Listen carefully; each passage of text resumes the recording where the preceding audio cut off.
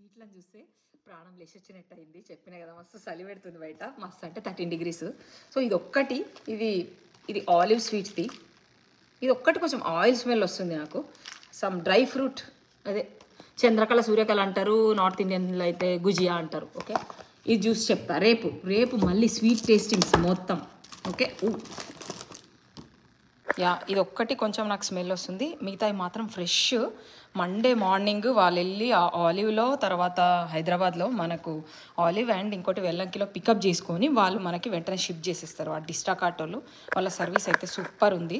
So ఇవి fresh మొత్తం Monday అనుకుంటున్నాను నేను. స్మెల్ అయితే చాలా ఫ్రెష్ ఉంది.